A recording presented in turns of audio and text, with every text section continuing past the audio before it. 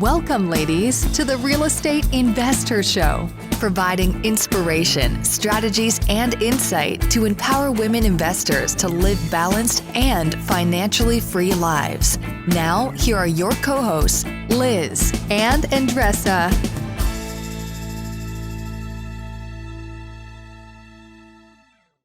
We're so excited, ladies, to be offering our first ever Investor Week Challenge coming up starting October the 19th on a Monday. And this is going to focus on our three pillars: real estate investing, business operations, and self-care. Yes, and whether if you're just getting started or if you want to take your business to the next level, we have prepared this free challenge that starts on Monday that will help you to achieve your goals faster with more grace. We are so excited about these 4 live sessions. Andressa or myself will be teaching these 4. 2 of them, you'll get both of us, and 2 of them will be us individually. So Andressa's going to be talking about something that's near and dear to her heart: how to create and sustain standard operating procedures, SOPs, in your business, no matter what size you are at. I'll be talking about something that's near and dear to me: raising private money. Not just raising money, but doing it with confidence and going to the network that you know best, people closest to you. So we'll be speaking about those 2. The 2 that we'll be doing together is, the first one we'll be doing is what's holding you back. And you'll be getting really clear, not just superficial stuff, but really clear on what is holding you back to getting to that next level. And then the 4th session we're going to wrap up is, how do you put yourself first? Really first, and do that in a way that has grace and has a kind of, really has that deep sense of appreciation for yourself. So those are the 4 live sessions you'll be getting during the week. And each session, what's really cool about this, each training session will give you a challenge. Because obviously this is a challenge week, right? This is not a live webinar training sessions. This is a challenge week. So we're going to be giving you a challenge. And it's going to be uncomfortable, and you're going to have something to do after every single one of these live sessions. I think that's what we're most excited about.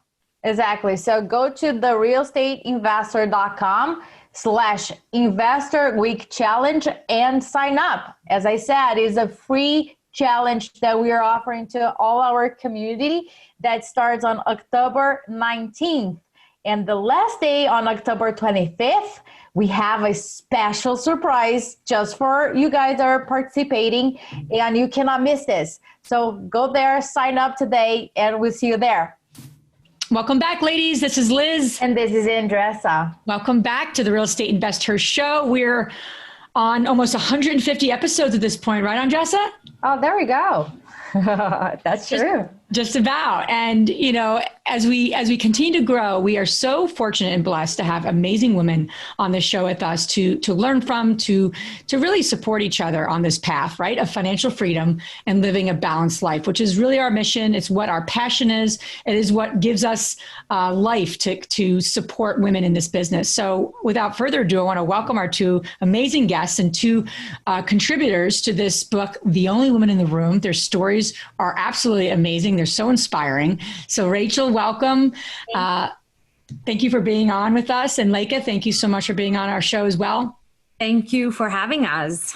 Yeah, really excited to your theme of really creating social responsibility, solving social issues through investing and through real estate is very inspiring, I think, to everyone that's going to read this, but it was really inspiring to me as I read this, and I read it a lot. I read everyone's story a lot as we, worked through the book and found all the fun editing things you're up to. But regardless, it was so amazing to hear how you both have such connection around that. So we're going to jump into that in a moment, hear both of their stories. Before we do, we always like to get connected to all of you listening, watching us, what have you. So Andressa, what is coming up? What can the women listening, learn from you or laugh with you or cry with you or whatever this week? So I'm just going to follow up the theme of being social responsible or being involved in social cause that can really change the world, right? I always think, I have the belief that it always starts with us. Always starts with us.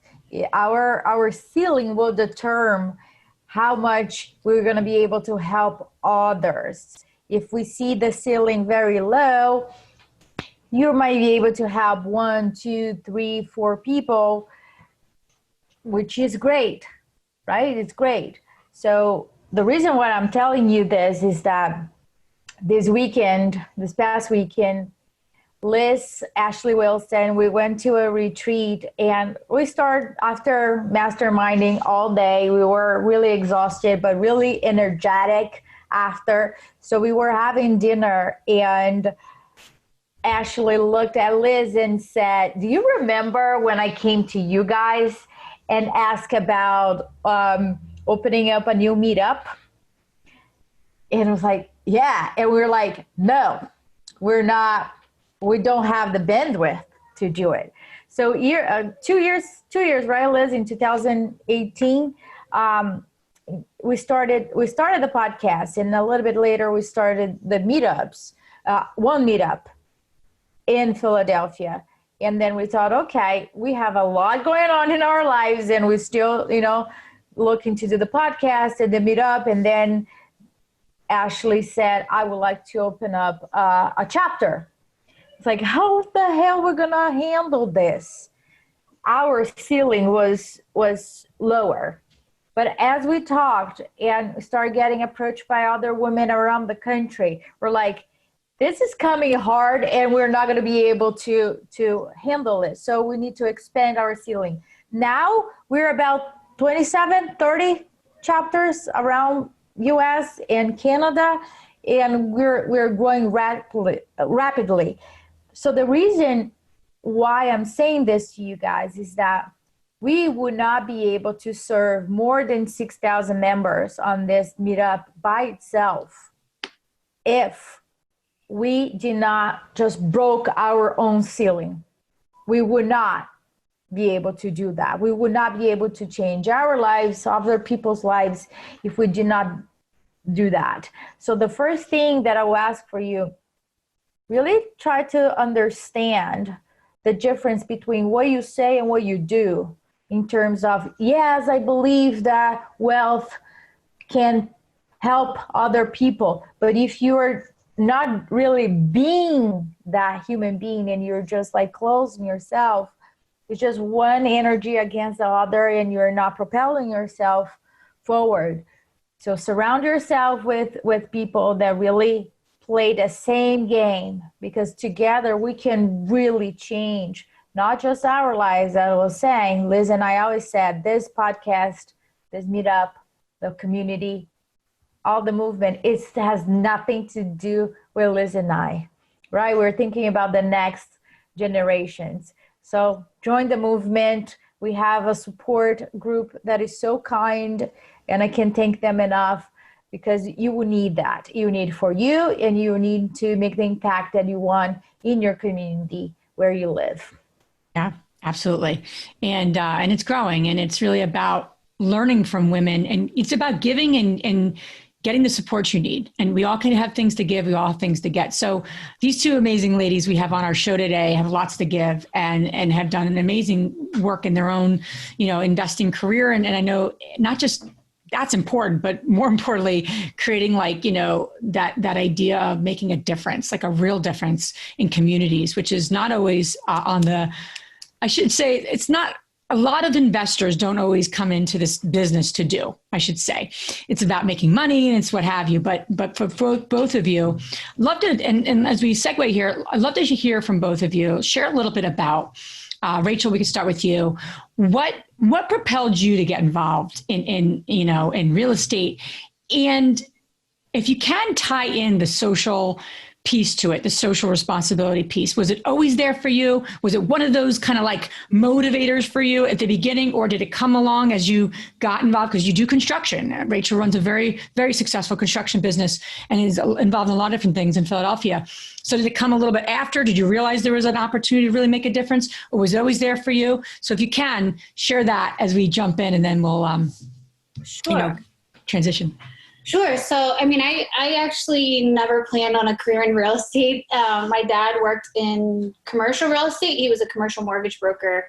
And I always thought it was super boring and had no intention of ever getting into the business. I actually studied to be an opera singer, and that was my first career. But it was a little hard to make a living as an opera singer in the middle of a recession. And so I was living in Italy and singing, and I had to move back to the States because I needed a sinus operation, because I kept getting sick.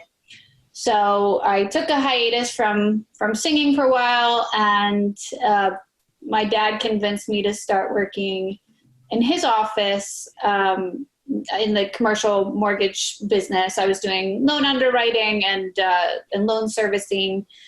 And during that time, I started getting more interested in it. Specifically, there was a client who was buying properties in Pottstown. He was buying really cheap houses, fixing them up and renting them out. And he had kind of come up with an interesting business idea where he hired a crew year round, and during the spring and summer, they would do landscaping. And then during the fall and winter, they would rehab these houses. And he amassed like a giant portfolio of properties.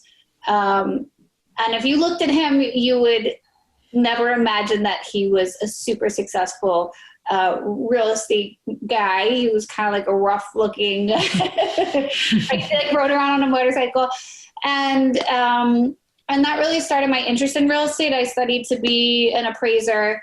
I got my real estate license, and my plan was to just try to start getting a rental portfolio together. And I worked with my dad for a couple years, and it was a very small company.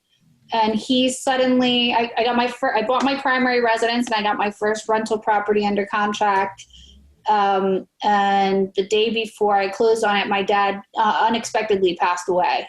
And so overnight I went from, okay, things are looking up. I've got, a property on the horizon. I'm going to rehab. I've got a job.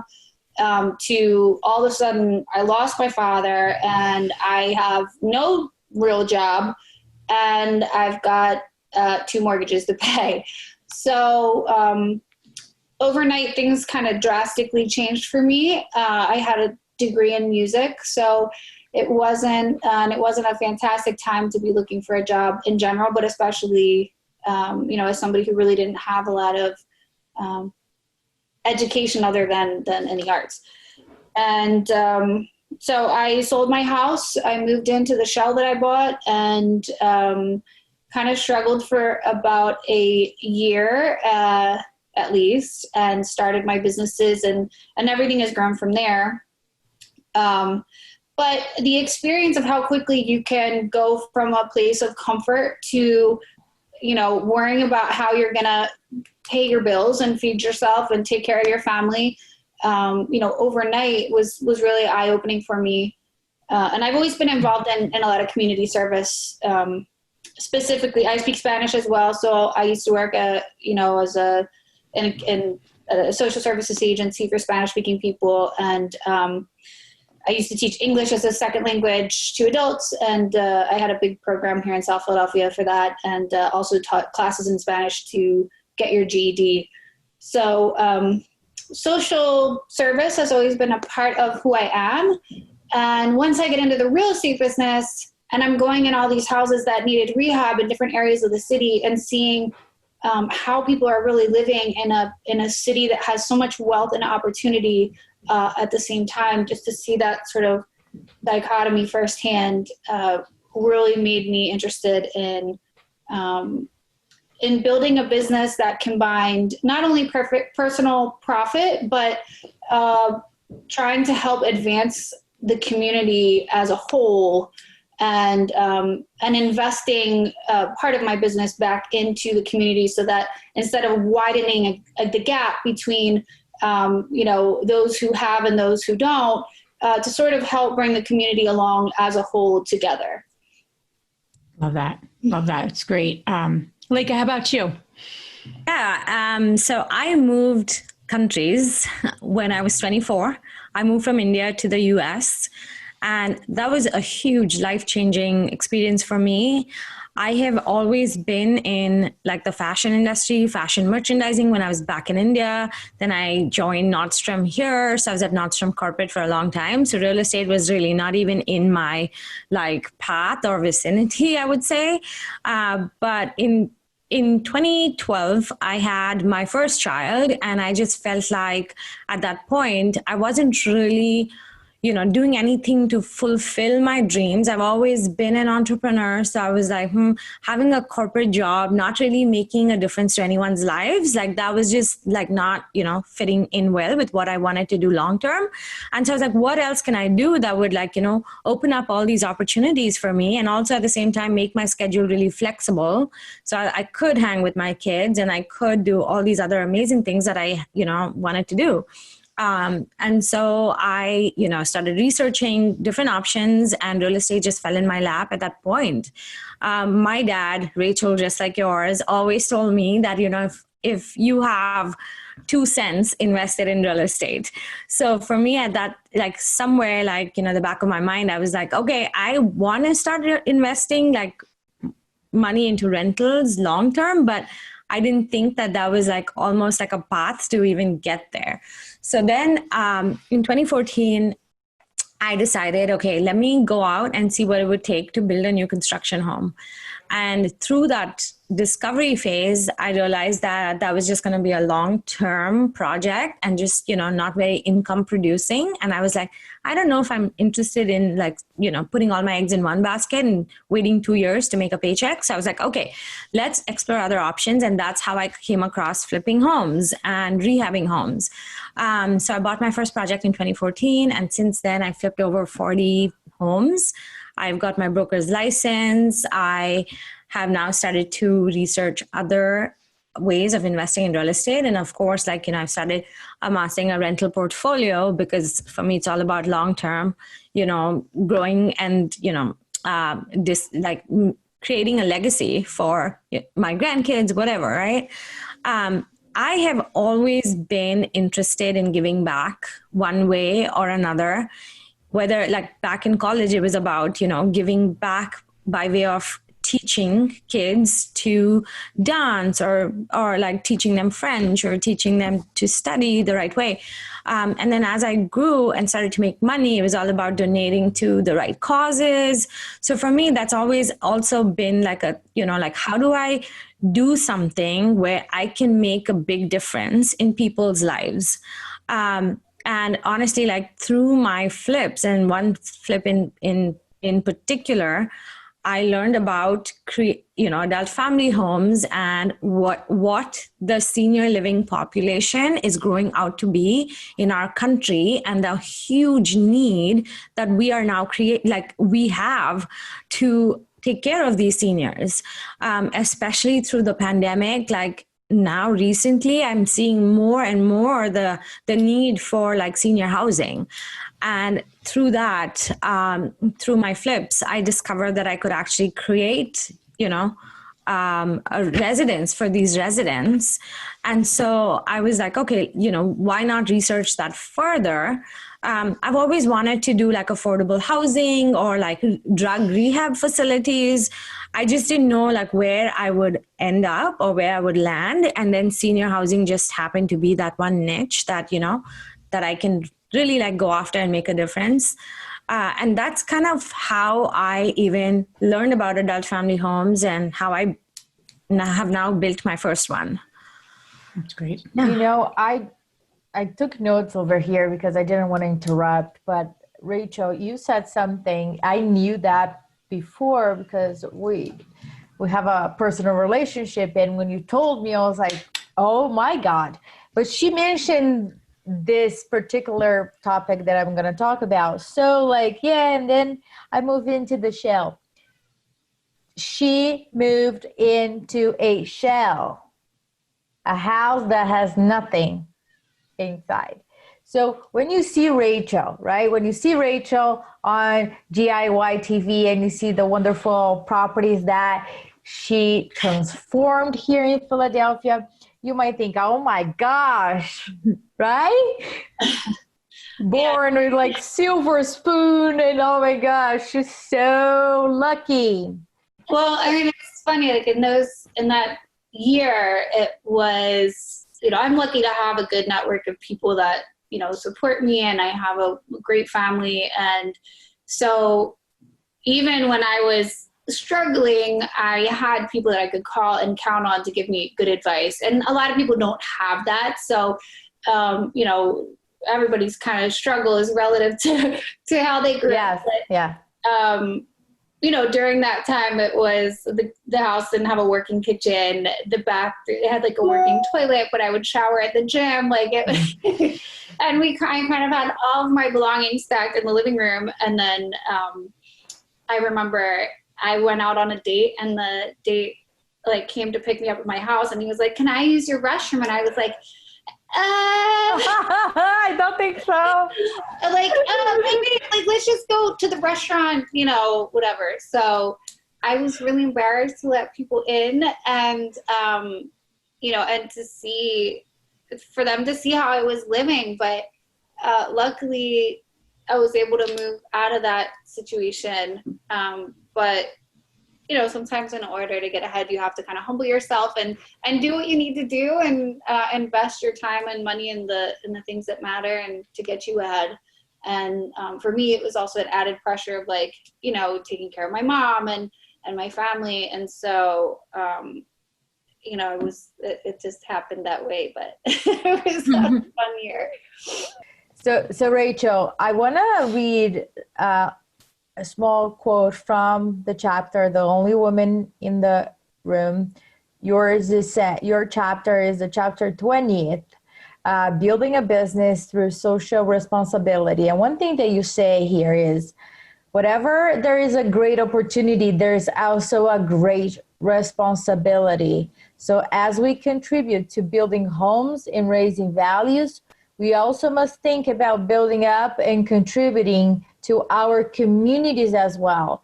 And surprisingly, I have found the more that I have given, the more I have received in terms of clients, support, recognition, and most important, a support network of friends and allies.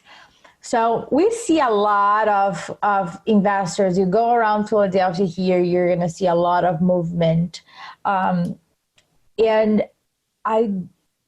it might be bad, but I don't believe or I haven't experienced a lot of investors being even aware or mindful of the neighbors, of what's going on around. It's like laser focus. This is like my property, and this is what the profit that I want to make, and that's the plan.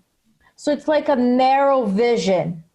And I don't know if that is just my experience or if you have, you know, experienced people that are mindful of what's going on, because I completely agree with you. We have like a responsibility and obligation to those communities around, to contribute to those communities around, so they don't feel that they're really like being kicked out and can afford it. Yeah. Well, I think too, in Philadelphia, Philadelphia for a really long time was a city in decline, and we got really good at being a city in decline. People were moving out of the city, businesses didn't want to be here, and then things shifted and people started moving into Philadelphia, and the city started growing tremendously. And then it was like the gears kind of had to grind to a halt and turn around and start, you know, turning into a city that's now growing.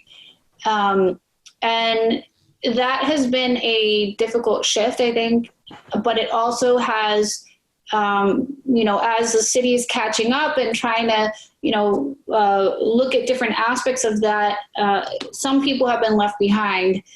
And in Philadelphia, we really have such a large portion of our housing stock that's dilapidated, it's aging, there's a lot of deferred maintenance, and there aren't a lot of ways for people to pay for those home improvements. Now the city has come out with, you know, different grants and loans for repairs.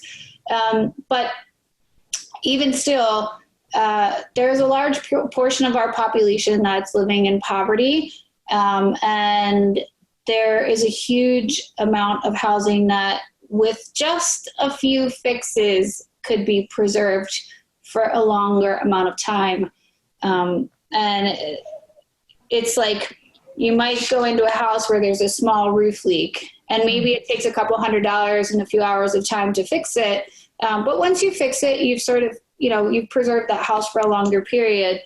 But if you leave it untreated, within a year or 2 years, that house could become inhabitable. And some people just really don't have that money to fix these simple things.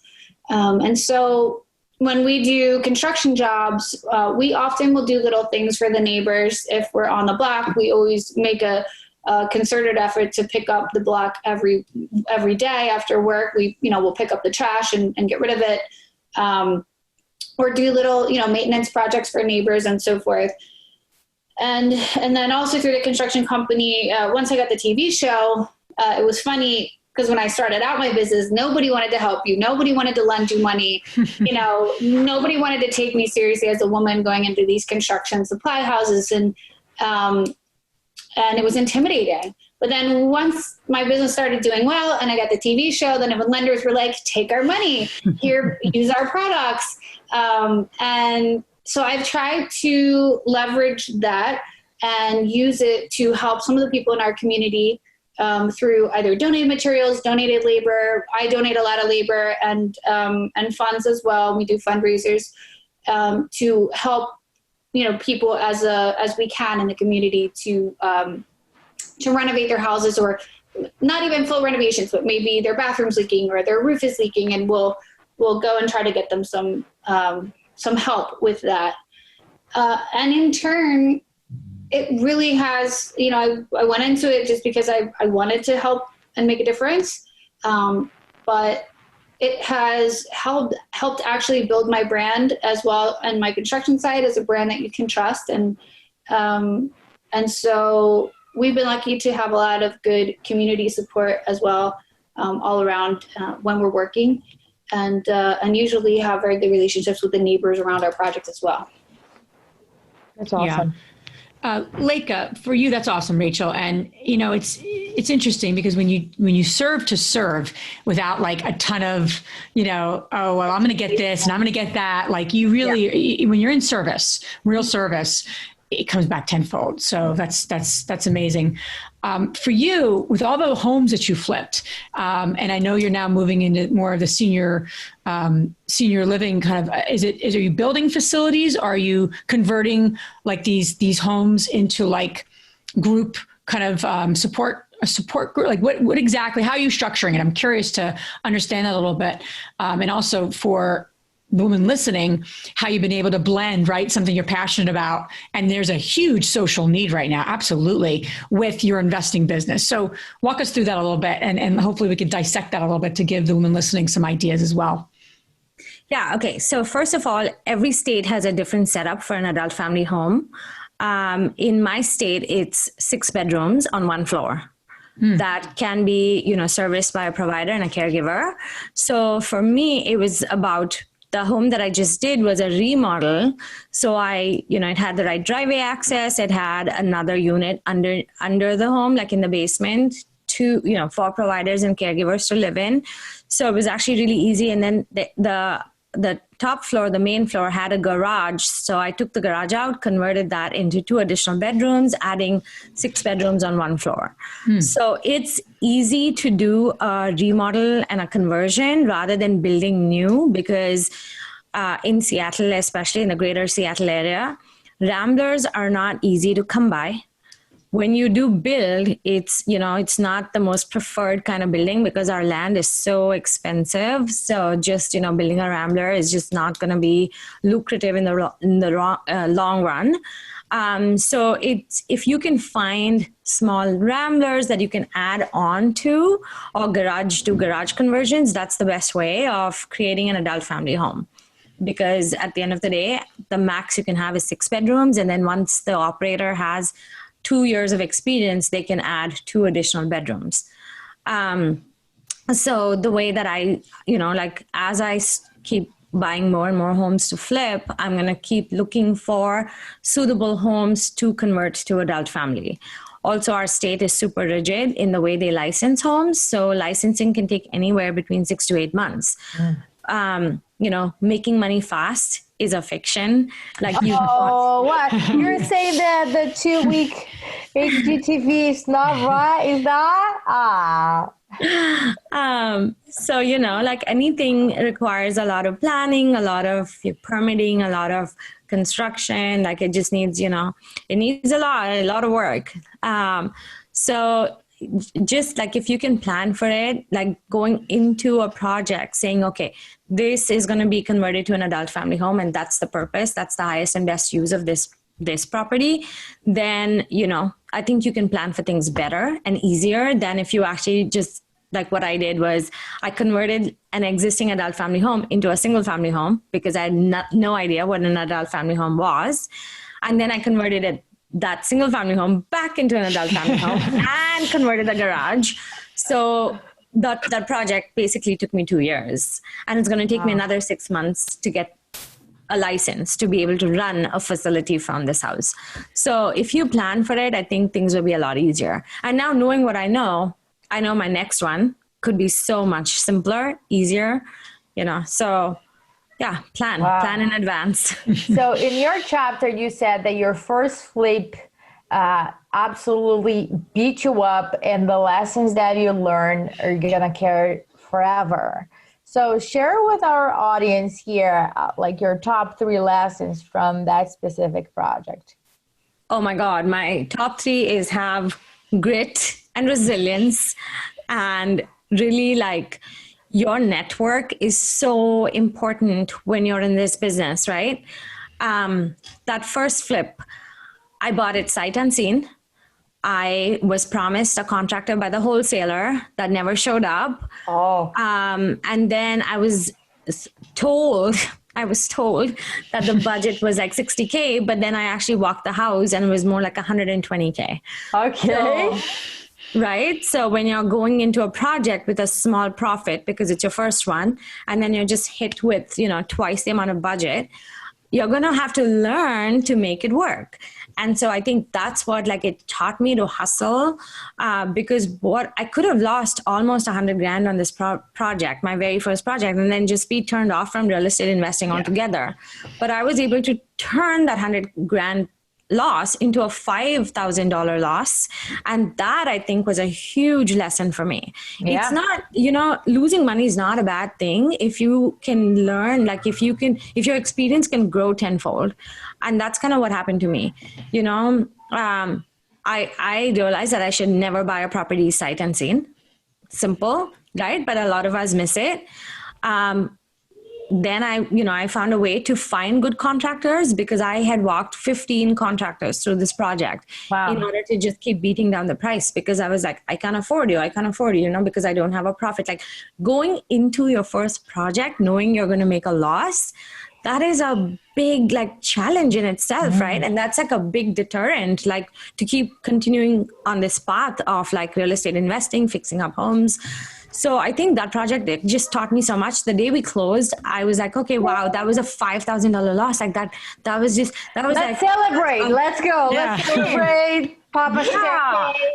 Right? Yeah, that was a huge win. And then I was like, okay, if I can turn something so negative into a positive, then imagine actually now knowing what I know and going into my next project, knowing that I will make a profit, was what kept me going. So yeah, that first project is huge. It's just amazing. And I'm glad that I didn't go into that project, make $100,000 and then be like, oh, real estate investing is rosy, This is a piece of cake. If you never get kicked back once or twice, it's like you become, almost fearless, and that can be a really bad. And jaded. Yeah. Yeah. You feel like, oh, everyone's always going to be a win. But, no flip is rarely they're very straightforward. There's always something that comes up, whether you have a contractor that leaves you hanging, or you find a structural problem you didn't anticipate and stuff like that. Plus, you can never trust the wholesalers' budgets. That's all. I always sometimes I have fun by looking at it, and other times I was like, wow, you really, they say, the last one that I got, I was like, something is off here. And do you want me to be kind or honest? I told him.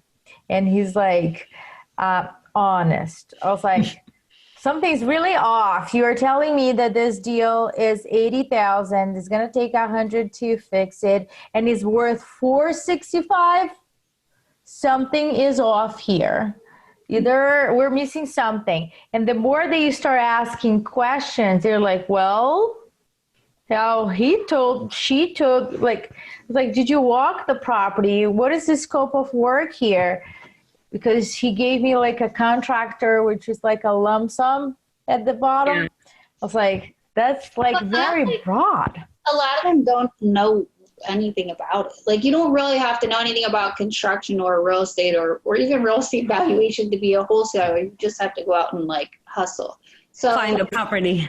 Yeah, exactly. So like a lot of them, you know, they'll give you these budgets for real estate. Like, I'm a contractor and I've never done a flip that was $60,000. Like, all of mine across the board cost me $100,000 and up, you know, doesn't matter the size, but we do things the right way too. So, you know, there are all sorts of things that cut corners and you know, and earn less, but I also like the ones that are the wholesalers that'll give you like a packet of comps and they're like 10 miles in the other direction in the city. You're like, that's not a comp. But I think that there's so much, like, if the wholesalers out there, right, ladies, you guys that are listening and your guys, you know, doing wholesaling strategy, if you do it right, if you get information about construction, I think it's essential for a wholesaler to really understand construction. Because if you tell me, oh, that costs 30,000 and I walk the property and I know it doesn't, your credibility goes like down pretty quick. But if you are on point, if you work hard, you're gonna get paid. I have paid wholesale fees of 25,000. I made 4 times more than that in that specific deal, but that guy knew exactly what he was doing. He knew exactly. And when he said 25, I was like, "You crazy?" He's like, "No, come and we're gonna walk through." But he kind of like paid his duties. You know what I mean? He knew the market. He run the comps right. He knew what was wrong in the property and how much it would cost. He did his due diligence, and I was glad to pay him 25 grand for it. So I truly think, ladies, that if you are doing wholesaling, think about what we're talking right now, because you also have going back to the responsibility. You have a responsibility because you are selling something to somebody and you are claiming that is correct.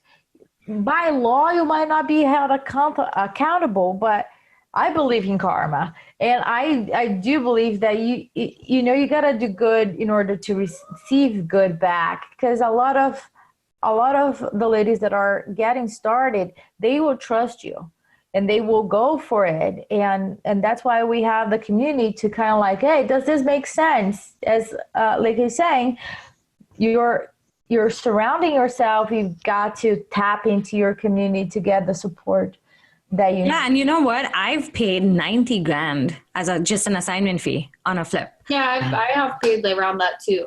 But yeah, I mean, wholesalers, like, if they know what they're doing, like I don't deal with a lot of wholesalers, but I deal with primarily one guy, and I know that when he sends me a deal, he's looked at the numbers and he knows how to evaluate it. And so I'm not just like perpetually wasting my time looking at deals that don't make sense. Rachel, you like stole my words, because I'm the same way. Like, I have bought 70% of my deals from one guy. Wow.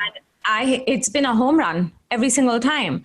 So I'm like, even if you are a wholesaler, like for me, most experienced flippers, this is the absolute truth. We do not buy deals from a mass email blast. Every deal that I buy, I have been called personally. I am the very first person to see the deal. That's correct. Yes. 90% off market. And those are the absolute only deals that I will buy. And my wholesaler knows that. And he knows that if I say yes to a deal, I am 100% going to close. So it's super important. I think like if you are a wholesaler, find your buyer pool, find 5 people that will close, and no matter what, they will hustle to make the deal work, and work for them, ask them what their criteria is. That's just going to make you a better wholesaler too.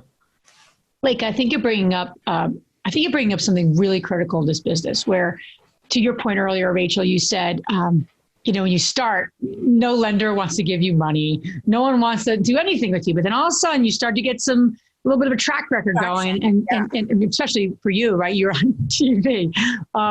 So it's interesting, right? So to Leka, to your point, the women listening, we have all types of women in our community. We have women starting out, but quite honestly, we have tons of women who have a rental portfolio. They've done flips, they've wholesaled, and they're just looking to scale, right? They're looking to get to that next level of like getting their phone to ring more than them calling people. So I know when that transition happened for us, where brokers were calling us, hey, we got a deal in the area that you just bought XYZ. What do you think?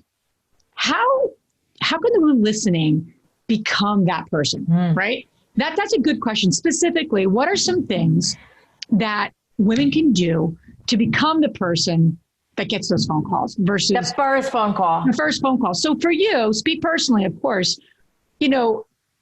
obviously you went from this deal that could have put you, bankrupt and just done with this investing business, but you didn't. And then you've carried on to being that first call. So what do you think helped you along the way to get to be that type of person?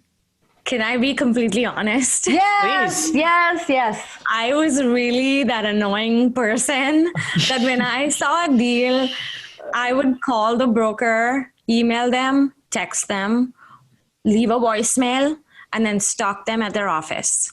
Like I would literally be like, I want this deal and I want it now, So the first deal I did wasn't successful. The next deal I did was super successful, and I bought it from a no-name wholesaler. The second deal I did, again, I bought from like a sheriff sale at the auction. These were properties that I was just throwing random darts at and hoping that I would make a profit, right? Then I was like, no, I got to really find the good people that are finding really good deals that are slam dunks. And so then I started to network with those people. They didn't know who I was. They didn't know, they knew that I had no experience. And I'd done 2 deals in my life, but they were sending out some really massive, amazing deals with great profit margins. And everybody, we're talking 2014, this market was just like a cash market. You would show up at the auction and people would bid something 300 grand over, buy it all cash with a 2-week close. How would I even compete with that, right? So then I found the players in the industry here. I found 2 or 3 wholesalers, and I just, became really good friends with them. Hey, can I take you to coffee? Can I take you out to lunch? Hey, how's your day going? Just randomly call them. Then they would send out a deal, obviously to 100 people. And within the first few hours, that deal would get bought. Yeah. And I'm like, man, I just missed out another great opportunity. So then I would just really hassle these people to sell to me. And through that, I became friends with one of the top wholesalers in the city. And then we became such good friends that I started buying all the deals she got. And to date, one of my most profitable deals that I've done was she called me and she said, hey, do you want to grab coffee? And also, there's this house that is 3 minutes away from where you live that needs to be fixed up. And I think it'll be a pretty good deal. You guys, I made 200 grand on that deal. Wow. So, and I was 6 months pregnant. And I was like, this is the perfect flip for me because it's right by my house. It's on the way to everything. And it was a super distressed property. And I was actually helping this old couple move into their dream mobile home park by buying their house completely off market, right? I would have never bought that house if it wasn't for my relationship with this rock star wholesaler. So just be annoying. I think it's just persistency though. In this business here, if you're not persistent, if you don't stand up, every time that something, you get knocked down, you won't. So the grit that you mentioned at the beginning, I think that it's one of, you must have it. It's not I want it. Wanting, it's not enough. and because you're gonna get hit in the face. Oh my God, yeah. Right? And Multiple also just times be a day. really good, I think, problem solver, because for me, that's been my biggest success is problem solving. Like I needed to put in 2 side stores this week on 2 random different projects. And I couldn't find anyone, but I made 20 phone calls and the side store is going in tomorrow. So just be really good at problem solving and watch like the world open up for you. And it doesn't end, right? So like people think, oh, well, you have to problem solve on your first few deals. And then it's just smooth sailing, right? I mean, we're problem solving more on this current project we have under contract than any time before, right? So it's just a different problem. It's a different situation. It doesn't all show up. I'm sure you see this, Rachel, with all the construction that you do. It's not like, oh, this is problem A, problem B, problem C. I'm sure you're dealing with like, hold on, which one is this? I've never seen this one before. I'm sure there's times that we're, so it's just, I think it's critical that you're right. You're in the business of problem solving. That's the biggest business we're all in. And you can kind of get that way of thinking about it. It'll really, really free you up, right? To not get so, you're almost looking for it. Okay, what's going to happen for this one? I'm ready. I always say, like, let me learn the lesson now on this deal, because I'm going forward and I'm going to be taking over other things. So universe give me the lesson, and I got the lesson. I know that I did not get the lesson when the same thing happened several times. And it's just like there is a similarity. Okay, the GC walked away and now he's walking away again. Hold on, it's on me, right? I am not getting the message. So for the ladies out there in our community, if there is a pattern, stop and say, universe, gotcha. I got the lesson now. Let me understand what it is, because I don't want to repeat that moving forward. Yeah. Plus, I think a lot of it is like trying to align yourself with people who are like doing an ethical business, right? Yes. So there are certain people, I got a great deal from somebody who was a terrible person, and I will never work with him again because I don't agree with it. I know that at some point in the future, I can't count on them to do the right thing. So with every aspect of my business, whether it's a wholesaler I'm dealing with, a subcontractor, employees, anybody, I want to know at the end of the day that, people are going to make mistakes. So there are things that are going to come up, but I want to know that I'm dealing with people who are going to address the issue in a responsible and ethical way, as opposed to just trying to get out of it or get around it. And I think that's been a huge key too, is just, dealing with people that you can really count on. All my employees have keys to my house, for example. I only work with people that I would trust completely. Yeah, absolutely. As we both have been amazing during this interview, and we appreciate you both so much. For the women listening, as the last question I have for both of you is that, what's a small thing, right? So we think about social issues, just to circle back on that concept. It's very big, right? It's like, what can I do? I'm one person, right? I'm just trying to create some wealth for my family, or I'm trying to create another stream of income, or I'm trying to replace my job, or I'm trying to take care of my aging parents, or whatever that why is for someone. I think we all sometimes can be very we think of ourselves as very small. We're in this small little bucket. It's our little world. What can I really do to solve a social issue or a social problem? So what would you say to those women listening? What one thing, or one small thing they can do to maybe discover what that is, or to take a step towards that? Because who doesn't want to be investing and also doing good, right? I mean, I don't think anyone listening to our podcast be like, no, I just want to be a horrible person and make tons of money. Most women, especially who we're serving, don't come from that place. They want to help, they want to serve, but they don't always know how. And sometimes it can seem very big, right?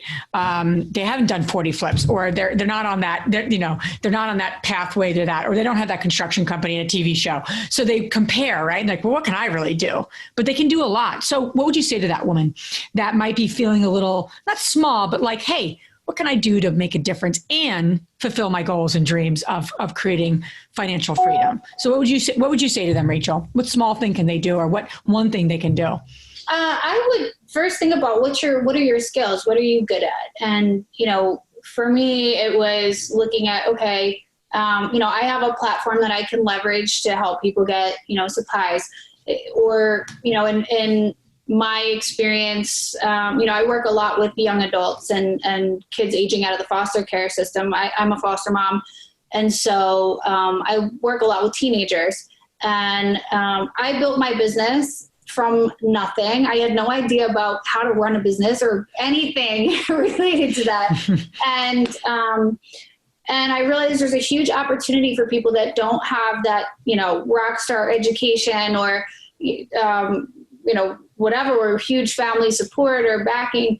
You can really build yourself up from nothing if you can learn a few simple skills. So let's say you don't know a lot about flipping and you don't know a lot about construction. You may have learned a lot about accounting and how to budget and get some money together to start something.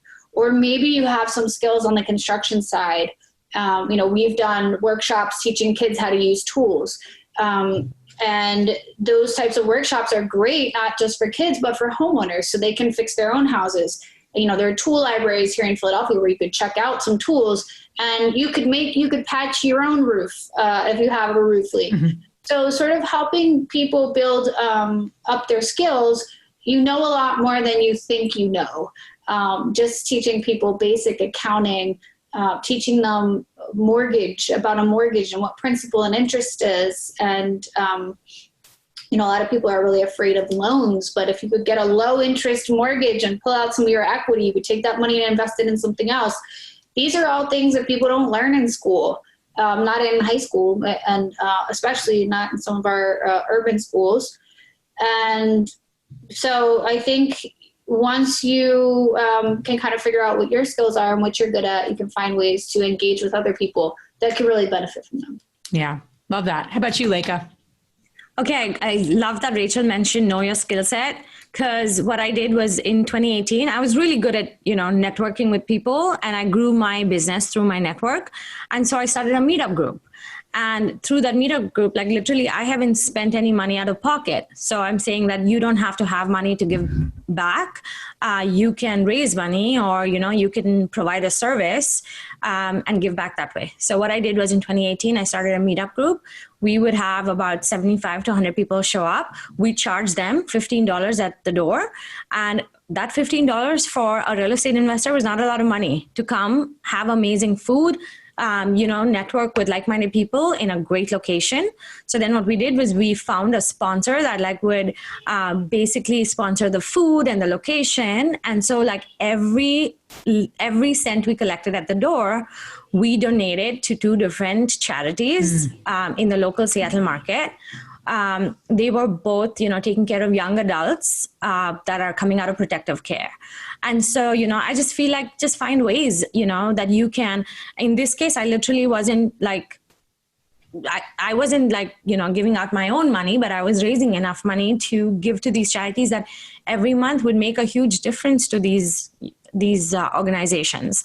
And then through the meetup too, we didn't have speakers, nothing. We just said lunch and networking, and then people would come and they would absolutely love my event, and every month they're waiting for my event, because they're this is such a cool way to meet people during the work hours, rather than going in the night or on the weekend to a meetup group. This is perfect. I'm just going to go have lunch and, meet cool people. So, it's just like finding little ways like that. That was huge for me. Start with where you are, right? Isn't that such amazing, simple advice that we all can use in our own lives? Like, start with what you have and where you are. And there's probably something right there that you can give back and create some solutions around these big issues that are in our world. We can all kind of make that difference. So this has been amazing. Check both of these phenomenal women out in their businesses. And obviously they both have really, really touching stories in our book, The Only Woman in the Room. So check them out there. Leki, where can the women listening learn more about you and follow you on your pathway here?